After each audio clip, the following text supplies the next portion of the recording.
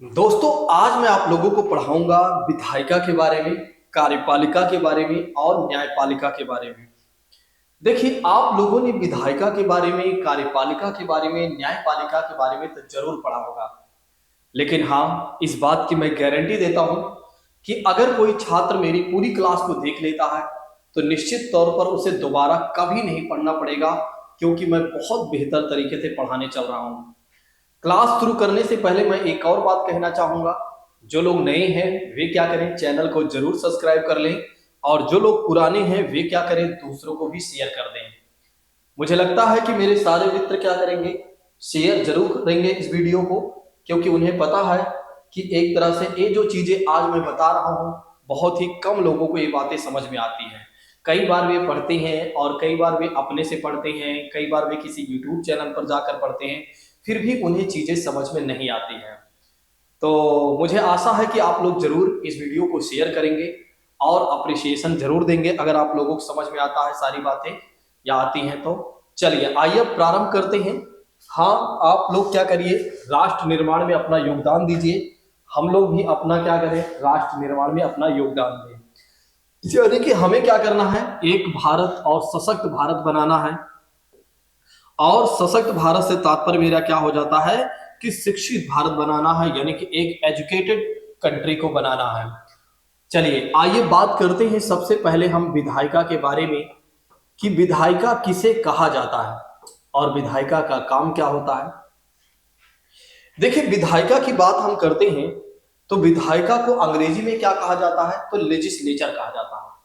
सबसे पहली बात ध्यान रखिएगा, विधायिका को अंग्रेजी में क्या कहा जाता है, तो विधायिका को अंग्रेजी में कहा जाता है लेजिस्लेचर कहा जाता है। ठीक है। चलिए, दूसरी बात करते हैं, इसका काम क्या होता है और एक कौन सी संस्था है। देखिए, विधायिका एक ऐसी संस्था है दोस्तों, विधायिका एक ऐसी संस्था है, एक ऐसी इंस्टीट्यूशन है जिसका काम होता है कानून का निर्माण करना। इसका काम क्या होता है, तो इसका काम होता है दोस्तों कानून का निर्माण करना। क्या करना, कानून का निर्माण करना। अर्थात अगर पूरे देश में किसी भी तरह के कोई कानून की आवश्यकता है दोस्तों, तो उस कानून को बनाने की जिम्मेदारी किसे दी गई है, तो विधायिका को दी गई है। तो ध्यान रखिएगा, कानून को निर्माण करने की जिम्मेदारी किसे दी गई है दोस्तों, तो विधायिका को दी गई है।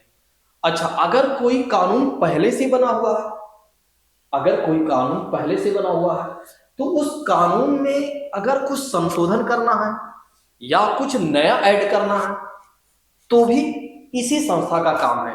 तो ध्यान रखिएगा, अगर कोई कानून पहले से बना हुआ है और या कोई कानून जो पहले से बना हुआ उसमें कुछ गलती है, उसमें से कुछ हटाना है, तो भी कौन करेगा, तो विधायिका ही करेगी। अगर जो पुराना कानून बना हुआ है उस कानून में कुछ नया जोड़ने की आवश्यकता है, कुछ नई चीजें ऐड ऑन करने की आवश्यकता है, तो भी कौन करेगा, तो यही करेगी, विधायिका ही करेगी। जैसे कुछ लोग नहीं समझ पा रहे होंगे कि नया जोड़ना और उसमें से कुछ हटाना, तो आप ऐसे समझ लीजिए।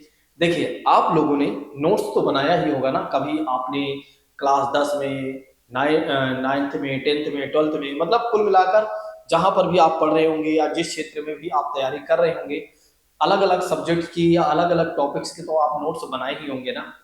तो जो नोट्स आपने बनाया हुआ है, उस नोट्स को में अगर कुछ हटाना है, पढ़ते समय कुछ गलत है, तो हटाने की काम किसका होता है, हटाने का काम आपका ही तो होता है।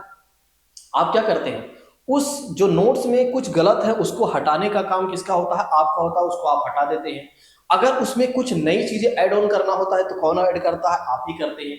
उसी तरह से जो विधायिका है ना दोस्तों, इसका भी वही काम है, उसका भी यही काम है।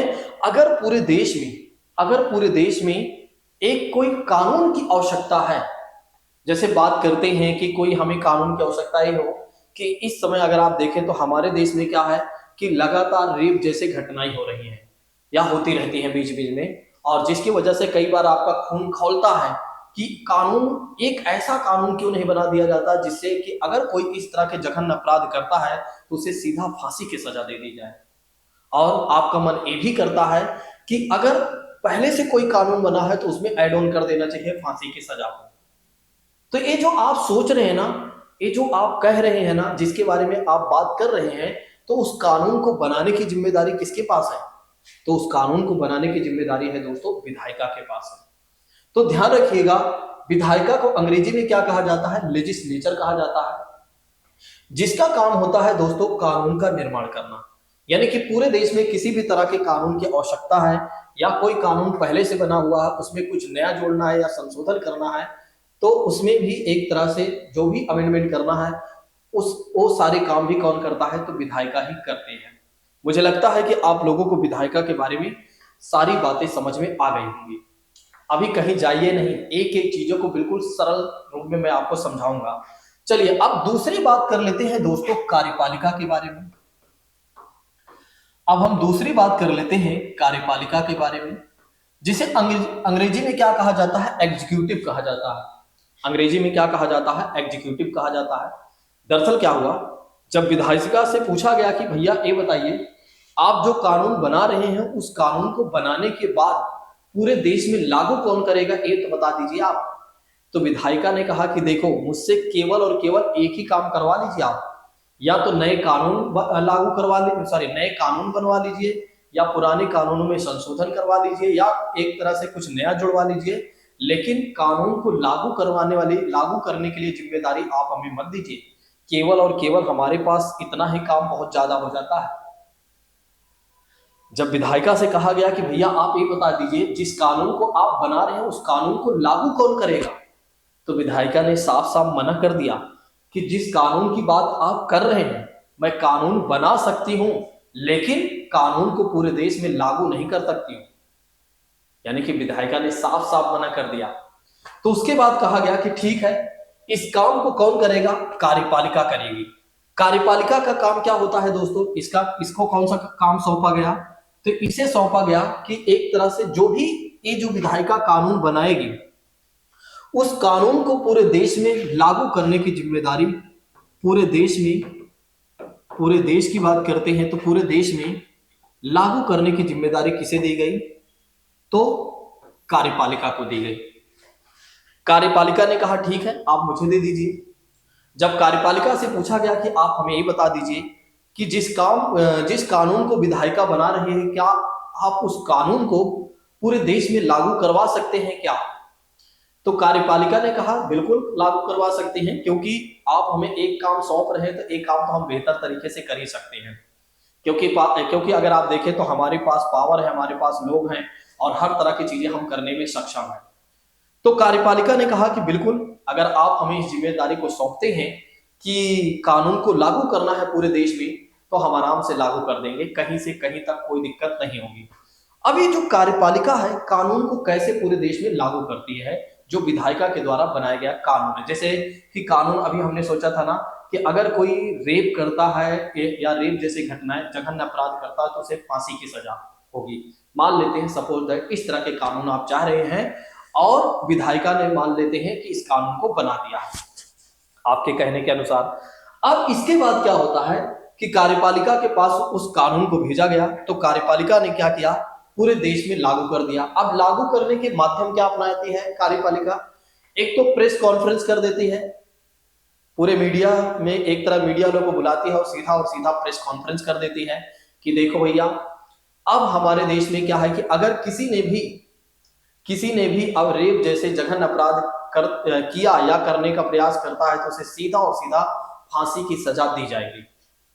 एक तो पहला काम ये हो गया। दूसरा, न्यूज जो प्रिंट मीडिया होती है उसके माध्यम से लोगों को पहुंचा दिया, और एक तरह से हर जगह प्रतिलिपियां बांट दिया। तो कई माध्यम अपनाकर क्या होता है कि कार्यपालिका क्या करती है? पूरे देश में कानून को लागू कर देती है।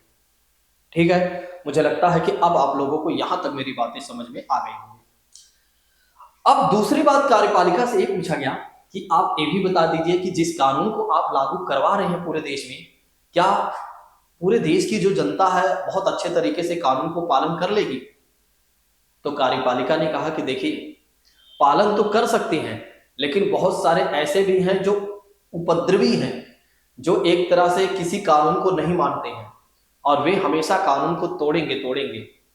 मतलब ये तोड़ सकते हैं कानून को, मतलब कानून को अपने हाथ में ले सकते हैं। तो कार्यपालिका से पूछा गया भैया ये बता दीजिए सजा कौन देगा? ये बताइए, अगर कोई भी व्यक्ति या कोई भी नागरिक भारत देश का है, या कोई भी व्यक्ति जो भारत देश में रह रहा है और उसने क्या किया, इस तरह के अपराध किया, यानी कि रेप जैसे जघन्य अपराध किया, तो उसे सजा कौन देगा? क्या आप दे सकते हैं क्या? तो कार्यपालिका ने साफ साफ मना कर दिया कि मेरे पास एक ही काम नहीं है कि मैं केवल और केवल कानून को लागू करूं और उसके बाद मैं सजा भी देते फिरूं, और बहुत सारे काम मेरे पास होते हैं। अब इतने सारे काम आप अगर हमें दे देंगे तो हम कहां से कर पाएंगे, क्योंकि हमारे पास बहुत सारे काम होते हैं। आप ये मत सोचिए कि बिल्कुल हम खाली बैठे होते हैं, तो हम ऐसा काम नहीं कर पाएंगे।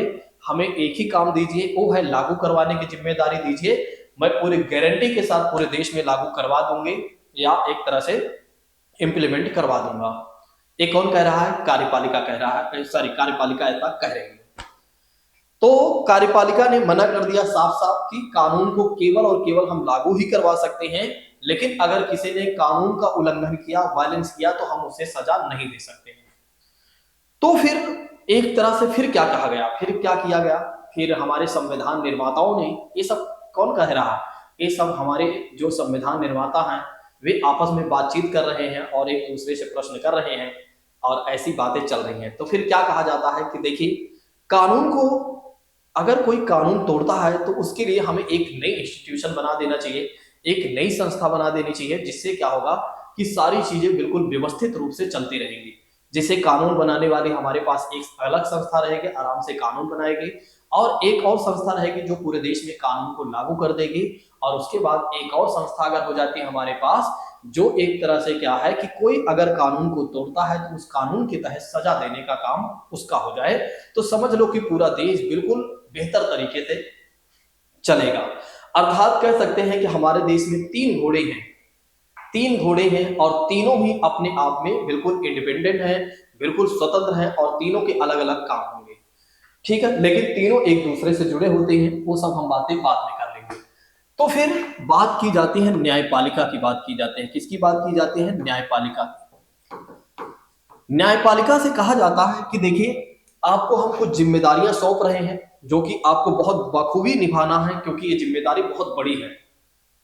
जैसा कि बात करते हैं, एक तो पहला काम आपका ये होगा कि जिस कानून को जिस कानून को विधायिका ने बनाया हुआ है, उस कानून को आप एक काम करिएगा, जांच कर लीजिएगा।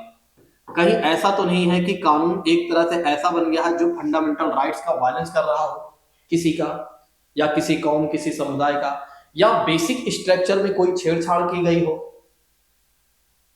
तो एक काम ए दिया जाता है न्यायपालिका को, पहला काम ए दे दिया जाता है कि भाई आप ए भी देख लीजिएगा।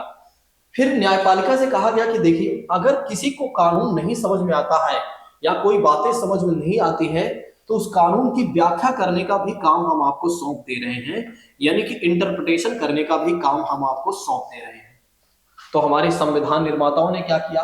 न्यायपालिका को एक तरह से कानून की जांच करने के लिए कहा कि आप कानून को जांच भी कर लीजिएगा, और साथ ही साथ अगर किसी को नहीं समझ में आता है तो आप क्या करिएगा, एक तरह से उसे समझा दीजिएगा कानून के बारे में। जैसे मान लेते हैं रेप जैसे जो घटनाएं वाली हमने कानून के बारे में बताया, और सोचो कि एक बड़ी कौम को ये बातें समझ में नहीं आ रही है, तो किसी ने पीआईएल डाला एक तरह से कि भैया आप हमें, न्यायपालिका से पूछा कि आप हमें इस कानून के बारे में अच्छे तरीके से एक्सप्लेन कर दीजिए, ताकि हम अच्छे तरीके से चीजों को समझ जाएं और भविष्य में हमसे किसी भी तरह की कोई गलतियां ना हो। तो कानून की व्याख्या करने की भी जिम्मेदारी किसे दी गई है? तो न्यायपालिका को दी गई है, या दिया गया। फिर उसके बाद ये बातें तो आप जानते ही हैं, क्योंकि कार्यपालिका ने मना ही कर दिया था कि अगर किसी ने कानून तोड़ा तो मैं सजा वजा नहीं दे सकती हूँ, क्योंकि मेरे पास बहुत सारे काम होते हैं। तो अगर किसी ने कानून तोड़ा तो उस कानून को तोड़ने के तहत, उस कानून के हिसाब से जो भी एक तरह से प्रावधान बनते हैं, उसके हिसाब से सजा देने का काम किसे दिया गया? तो न्यायपालिका को दिया गया।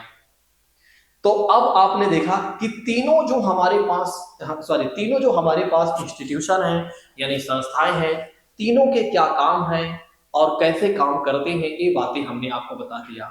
सबसे पहले हमने आपको बताया विधायिका के बारे में।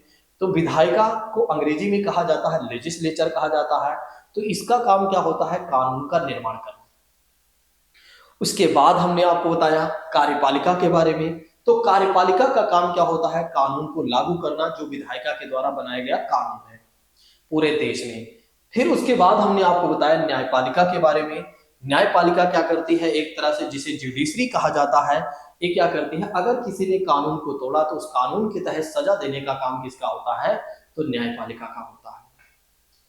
अब बहुत सारे छात्र क्या करते हैं, जब विधायिका को सुनते हैं तो इंटरनेट पर सर्च करते हैं, मतलब इंटरनेट पर डालते हैं विधायिका, लेजिस्लेचर डालते हैं, लेकिन उन्हें इंटरनेट पर चीजें दिखाई नहीं देती हैं, दिखाई भी देती हैं तो वे समझ नहीं पाते हैं। वे डालते कुछ है तो दिखता कुछ है, तो उन्हें समझ में नहीं आता है, क्योंकि हमने भी ये चीजें अनुभव किया है। जब मैंने तैयारी कर रहा था तो पहली बार जब मैंने विधायिका के बारे में सुना तो मेरे टीचर महोदय ने उस तरह से मुझे एक्सप्लेन करके तो नहीं बताया था जिस तरह से चाहिए था, ठीक है। तो वे अपने हिसाब से बता रहे थे, अपने हिसाब का मतलब ये था कि वे ये समझ रहे थे जितना अच्छे से मैं समझ पा रहा हूँ उतना अच्छे से बच्चे भी समझ पा रहे हैं। कई बार टीचर ये सोच लेता है कि जो मैं समझा रहा हूँ जल्दी समझ में आ जा रही बातें, और दरअसल क्या होता है कि कई बार स्टूडेंट पूछता भी नहीं है अपनी बेइज्जती की वजह से। तो हम लोग भी क्या करते थे, पूछते बहुत कम ही थे, ये आदतें बहुत कम थी।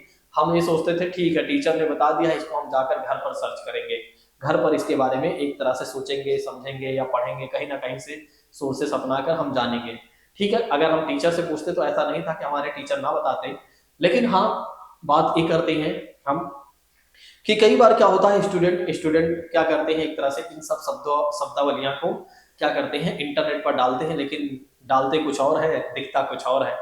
तो आइए मैं इसको और अच्छे तरीके से एक्सप्लेन करता हूं, कहीं जाइएगा नहीं, बस चीजों को देखते चलिए। अगर कोई बातें समझ में नहीं आती हैं तो लास्ट में वीडियो देखने के बाद आप अपनी बात को रख दीजिएगा, यानी कि लिख दीजिएगा, और मैं आपके सभी सवालों के जवाब दे दूंगा।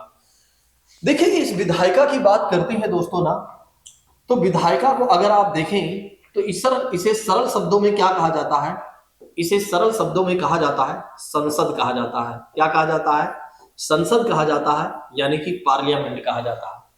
तो इसे सरल शब्दों में क्या कहा जाता है, तो संसद कहा जाता है। अर्थात कहने का मतलब ये है कि इसका एक अन्य नाम क्या है, संसद है, जिसे अंग्रेजी में क्या कहा जाता है, पार्लियामेंट कहा जाता है।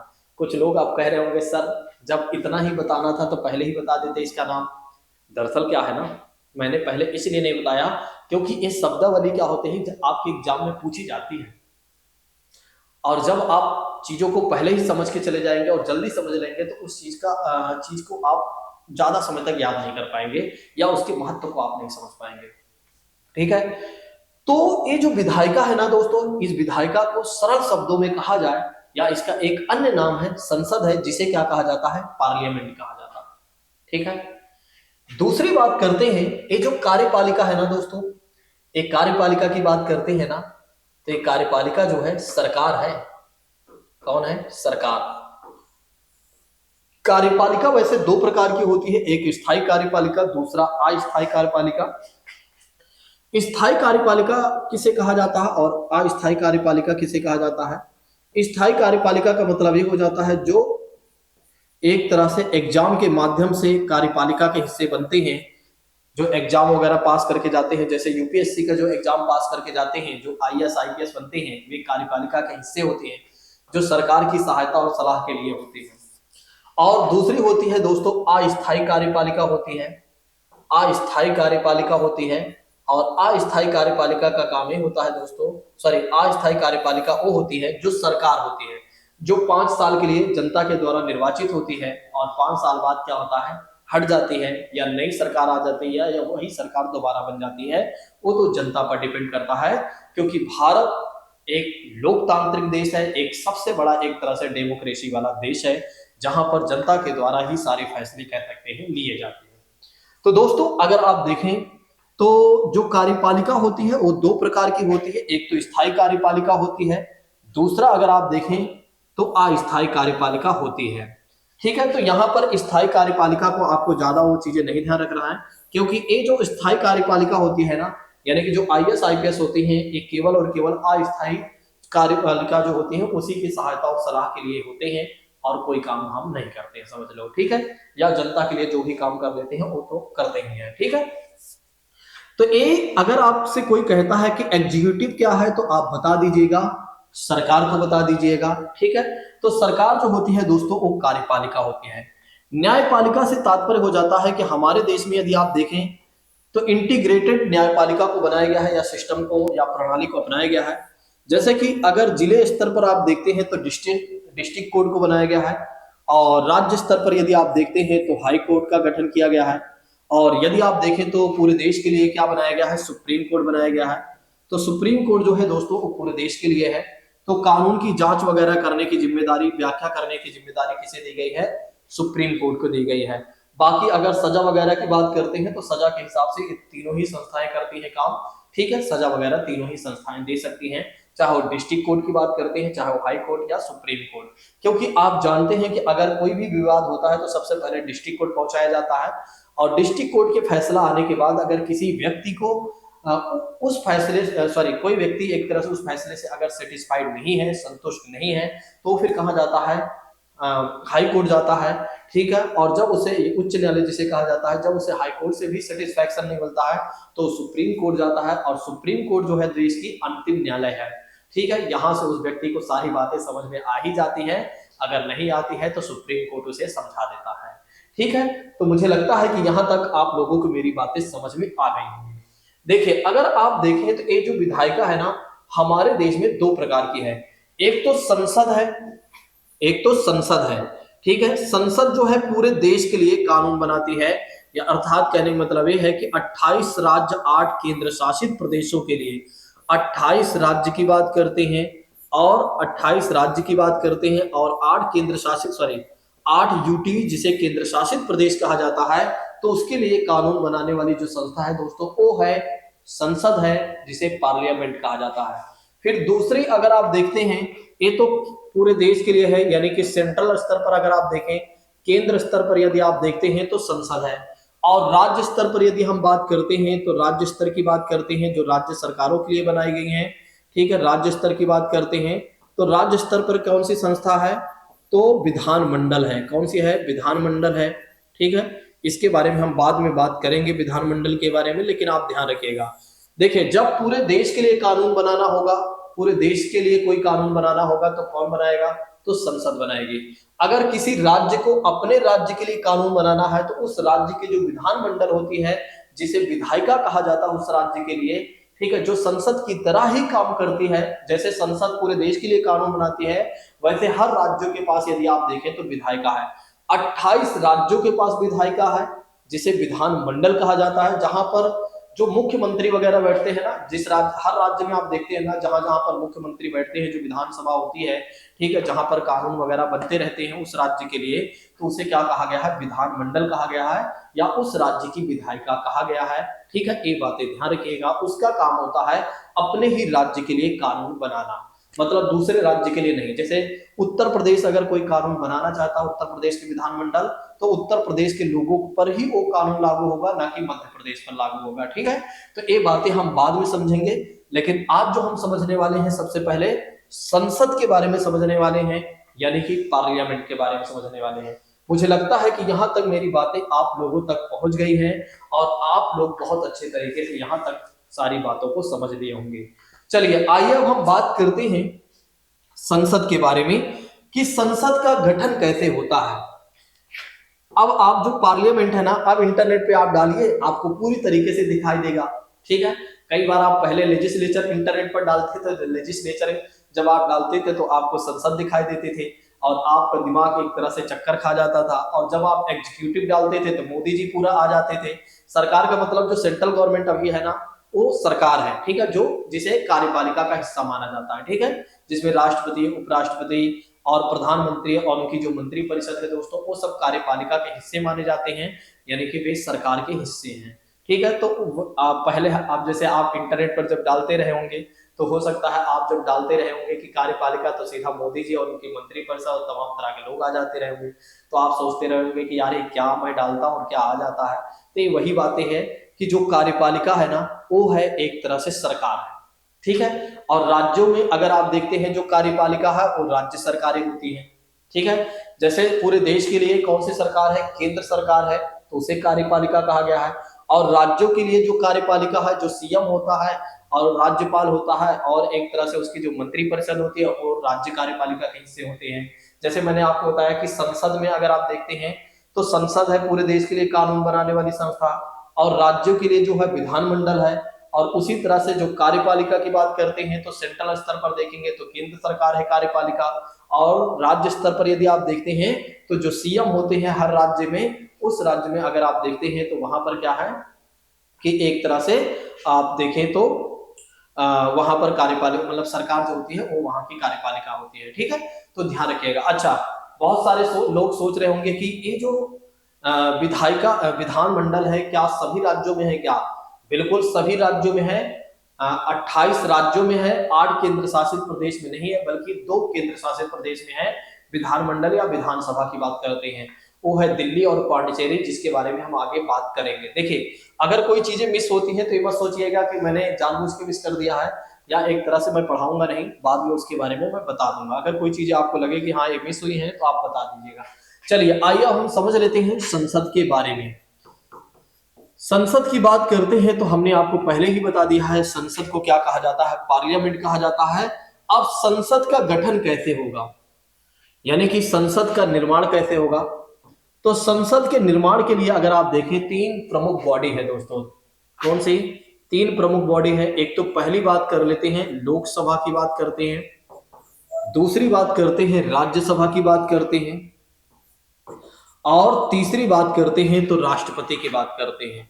एक बातें मैं यहां आपको क्लियर करना चाहूंगा, ये जो राष्ट्रपति होता है ना, ये ना तो लोकसभा का सदस्य हो सॉरी ना तो लोकसभा का सदस्य होता है, ना ही राज्यसभा का सदस्य होता है, ना ही राष्ट्रपति का सदस्य ना ही एक तरह से राज्यसभा का सदस्य होता है।